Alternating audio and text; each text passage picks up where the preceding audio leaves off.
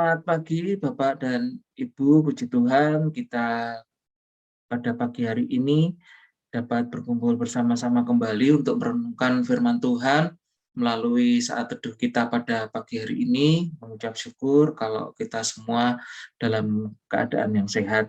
Bapak Ibu, mari sebelumnya kita persiapkan hati dan pikiran kita akan pujikan, kita akan dengarkan sebuah lagu pujian.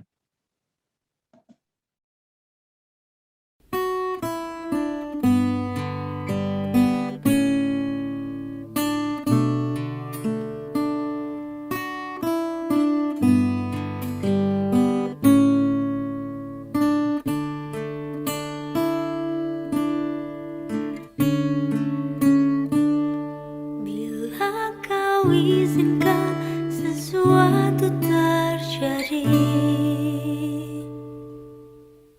Ku percaya semua untuk kebaikanku. Bila nanti telah tiba waktumu, ku percaya kuasa-Mu memulihkan hidupku. Waktu Tuhan pasti yang terbaik,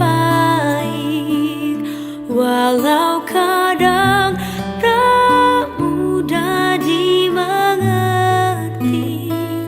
Lewati cobaan, ku tetap percaya waktu Tuhan pasti yang terbaik.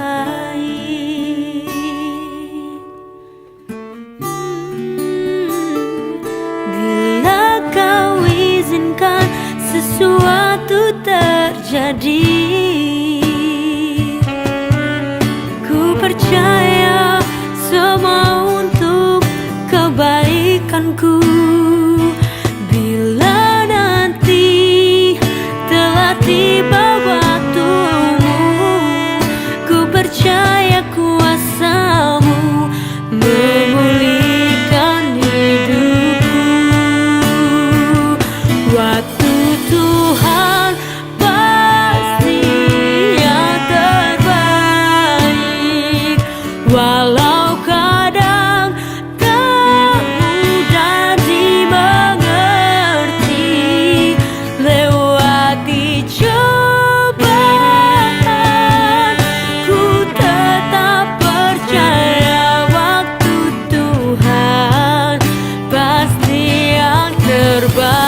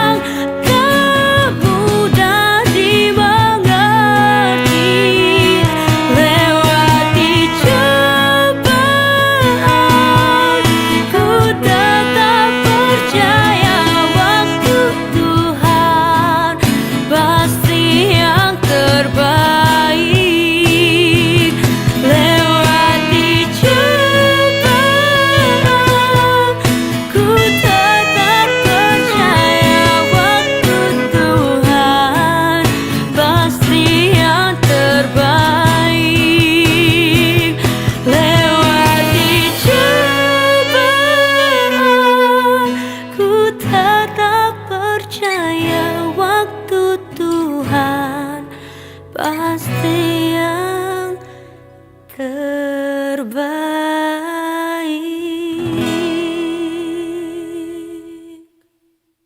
Saat teduh kita pada pagi hari ini dengan tema kabar kesukaan yang diambil dari Kisah Para Rasul 13 ayat 26 sampai 34. Perenungan kita diambil dari pedoman saat teduh 4B GKI Residen Sudirman. Mari sebelumnya Bapak Ibu kita berdoa. Tuhan, kami mengucap syukur untuk pagi hari ini, mengucap syukur untuk kesehatan kami, mengucap syukur untuk berkat sukacita yang telah Kau berikan pada kami. Bapa, pagi hari ini kami akan merenungkan firman-Mu, Kau sertai kami Bapa. Di dalam nama Yesus kami berdoa dan mengucap syukur. Amin. Terambil dari Kisah Para Rasul 13 ayat 26 sampai dengan 34. Hai saudara-saudaraku, baik yang termasuk keturunan Abraham maupun yang takut akan Allah, kabar keselamatan itu sudah disampaikan kepada kita. Sebab penduduk Yerusalem dan pemimpin-pemimpinnya tidak mengakui Yesus. Dengan menjatuhkan hukuman mati atas Dia, mereka mengenapi perkataan nabi-nabi yang dibacakan setiap hari Sabat.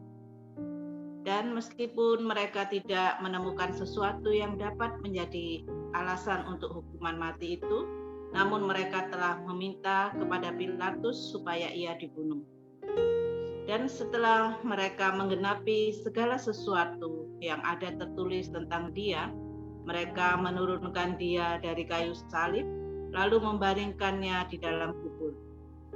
Tetapi Allah membangkitkan Dia dari antara orang mati.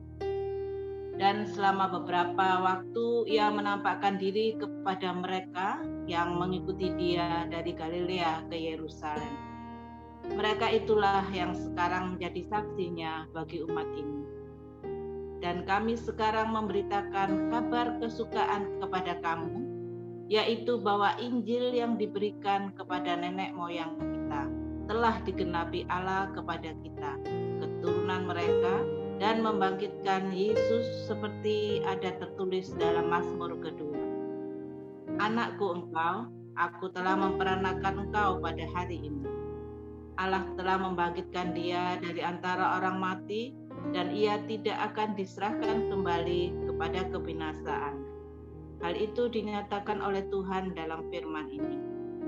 Aku akan menggenapi kepadamu janji-janji yang kudus, yang dapat dipercayai, yang telah kuberikan kepada Daud.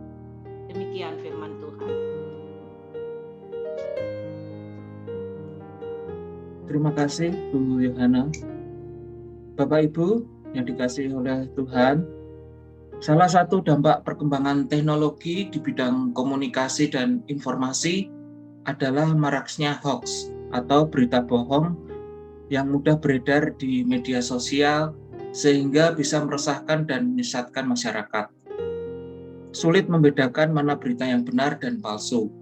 Situasi yang mungkin sama juga dialami orang-orang Yahudi ketika mendengar penjelasan Paulus di Antiokhia. Bukan pertama kali mereka mendengar berita tentang Mesias. Kali ini, kabar seperti apa yang mereka dengar? Kabar bohong atau kabar kesukaan? Mari kita merenungkan. Tidak mudah menyampaikan berita kesukaan bagi orang-orang Yahudi, sebab dalam perjalanan sejarahnya seolah mengalami ketidakpastian tentang kehadiran dan kasih Allah. Ada yang terus menanti pembebasan sebagaimana dijanjikan, sementara yang lain memutuskan tidak lagi mempercayai Allah yang hadir. Bahkan ketika Kristus hadir menyatakan dirinya sebagai Mesias, masih saja banyak orang tidak menyambut dengan sukacita karena adanya tekanan sosial politik keagamaan saat itu. Kali ini Paulus menjelaskan bagi umat Tuhan yang ada di Antiokhia. Paulus memulai penjelasannya dengan ramah, menyebut mereka sebagai keturunan Abraham dan orang-orang yang takut akan Allah, dan bersaksi bahwa berita keselamatan sudah disampaikan secara langsung kepada mereka. Kami sekarang memberitakan kabar kesukaan pada kamu, yaitu bahwa janji yang telah digenapi Allah kepada kita, pada ayat yang ke-32. Paulus sangat terbeban memberitakan kematian dan kebangkitan Kristus. Rasul Paulus kembali membawa orang-orang Yahudi pada realitas pengharapan mesianik di dalam diri Yesus Kristus, yang telah digenapi dan sempurna bagi setiap orang yang mau mendengar dan menerimanya. Dengan kata lain, karya keselamatan di dalam Yesus merupakan penggenapan janji mesianik Allah sebagaimana telah dinubuatkan dalam Perjanjian Lama dan bersifat final bagi orang percaya di masa selanjutnya. Kebenaran berita ini bersifat menyukakan dan sudah selayaknya pula disambut dengan sukacita. Kuasa dan kehidupan Kristus dianugerahkan kepada mereka yang percaya kepadanya dengan segenap hati. Kebenaran ini mengingatkan bahwa berita Injil adalah berita yang kebenarannya pasti dan menyukakan, bukan berita hoax. Sama seperti respons para pendengarnya yang kemudian menerima dan percaya. Bagaimana dengan kehidupan kita hari ini? Tantangan dan persoalan kehidupan seringkali membuat kita fokus pada apa yang tampak. Seolah-olah hal tersebut utama dan mendesak, sehingga tidak ada lagi hati yang rutin terhubung kepadanya. Tiba giliran persoalan datang, dengan mudah kita mempertanyakan kasih Allah. Mari selalu menyediakan waktu untuk terhubung dengannya, sehingga berita kematian dan kebangkitannya itu membawa kita bertumbuh dalam iman. Izinkanlah berita sukacita tentang penggenapan keselamatan Allah dalam diri Yesus Kristus menjadi kita senantiasa diperbaharui dan makin dewasa dalam iman serta pelayanan. Bapak Ibu, mari kita merenungkannya di dalam kehidupan kita. Wujudkan berita sukacita tentang karya keselamatan Yesus dengan perubahan hidup. Makin dewasa dalam iman dan tetap semangat berupaya menyelesaikan segala persoalan. Mari kita berdoa, Bapak Ibu. Ya Tuhan, terima kasih untuk firman-Mu pada pagi hari ini yang boleh kami renungkan. Ya Tuhan, mampukan kami untuk memiliki hati yang makin terhubung dengan-Mu, sehingga berita kebangkitan-Mu itu makin mengubah hidup kami, menguatkan iman kami, dan memberi semangat untuk mengatasi kesulitan-kesulitan hidup yang kami alami. Sebab Engkau sudah melakukan karya terbesar dalam hidup kami. Itulah berita sukacita terbesar bagi kami. Terima kasih Tuhan untuk firman-Mu. Kami mau serahkan seluruh hidup kami hanya di dalam tangan kasih-Mu. Dalam nama Yesus kami berdoa. Amin.